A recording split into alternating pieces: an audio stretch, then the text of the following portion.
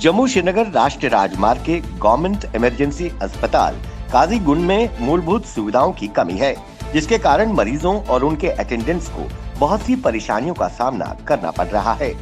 कड़ाके की ठंड में हीटिंग सिस्टम के काम न करने की वजह से मरीजों, अटेंडेंट्स और अस्पताल के कर्मचारियों को कड़ाके की ठंड में भारी कठिनाइयों का सामना करना पड़ रहा है।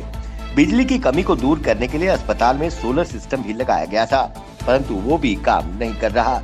इस तरह राज्य ट्रेजरी को करोड़ों का नुकसान पहुंचा है। जीएमसी जम्मू की कमिश्नर अवनी लवासा ने जम्मू के नागरिकों के लिए उनके दरवाजे तक बेहतर स्वच्छता सुविधा प्रदान करने के संबंध में एक बैठक को बुलाया।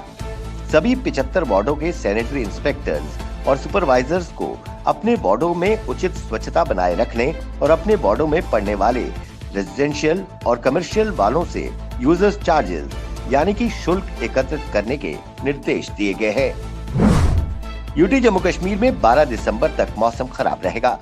मौसम विज्ञान केंद्र श्रीनगर ने 11 और 12 दिसंबर को कई इलाकों में भारी बर्फबारी की चेतावनी जारी की है।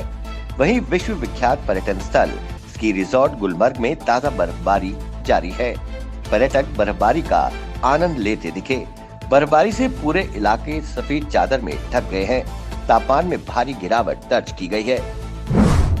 यूटी जम्मू कश्मीर में सामान्य होते हालात और शांतिपूर्ण ढंग से हो रहे जिला विकास चुनाव से पाकिस्तान परस्त आतंकी संगठन और आतंकी झला गए हैं।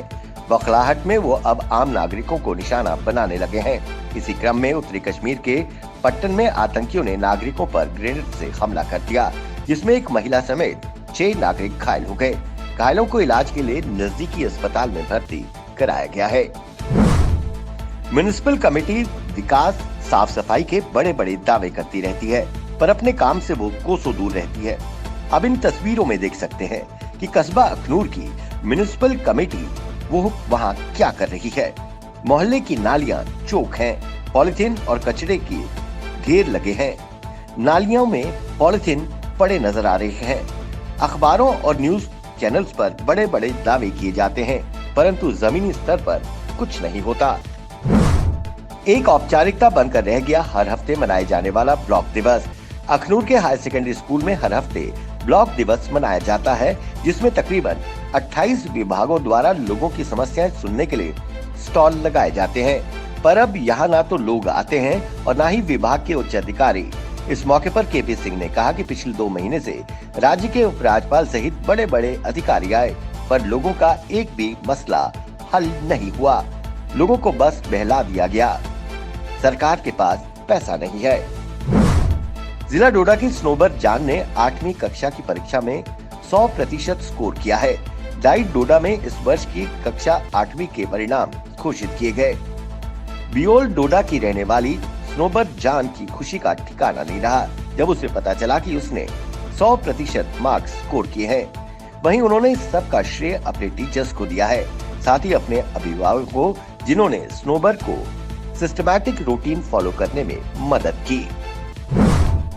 जीएमसी जम्मू जहां एक तरफ तेजी से विकास किए जा रहा है, उसी के साथ खुद शहर की खूबसूरती खराब भी कर रहा है, जिससे लोगों और दुकानदारों को भारी परेशानियों का सामना करना पड़ता है। ऐसे ही तोड़फोड़ बागे बाहू इलाके के नाले बनाने के काम में की गई। तोड़फोड़ कर वो चले गए, पर काम शुरू नहीं करवाया। वो नाला उसी तरह पड़ा हुआ है।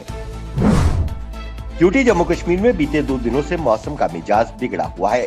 कड़ाके की ठंड जारी है, लेकिन इसके बावजूद प्रदेश व देश के अन्य इलाकों से आने वाले माता वैष्णो देवी के श्रद्धालुओं पर इसका कोई असर नहीं पड़ा।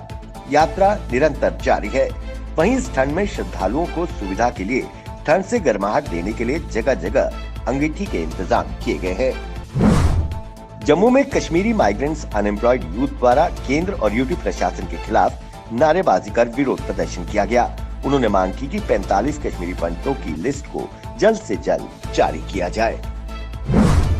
जम्मू कश्मीर की पूर्व मुख्यमंत्री महबूबा मुफ्ती ने राज्य प्रशासन और भारतीय जनता पार्टी पर हमला बोला है। उन्होंने कहा, पिछले कुछ दिनों में आज तीसरी बार मुझे हिरासत में लिया गया है। अगर सुरक्षा चिंताओं के कारण मेरे आंदोलनों पर रोक लगाई जाती है, तो भाजपा के मंत्रियों को कश्मीर में स्वतंत्र रूप से प्रचार करने की अनुमति क्यों दी जाती है। केंद्र सरकार ने देश में बड़े स्तर पर PM wifi access network interface की शुरुआत करने का निर्णय लिया है। इसके तहत देश में सार्वजनिक डाटा केंद्र खोले जाएंगे। इसके लिए कोई लाइसेंस, फीस या रजिस्ट्रेशन नहीं होगा। भारतीय जनता पार्टी 2021 में पश्चिम बंगाल विधानसभा चुनाव में ममता बनर्जी को सत्ता से बेदखल करने के लिए कोई कसर नहीं छोड़ रही है। वो राज्य में आए दिन कोई न कोई आंदोलन या कार्यक्रम कर तृणमूल सरकार को घेर रही है।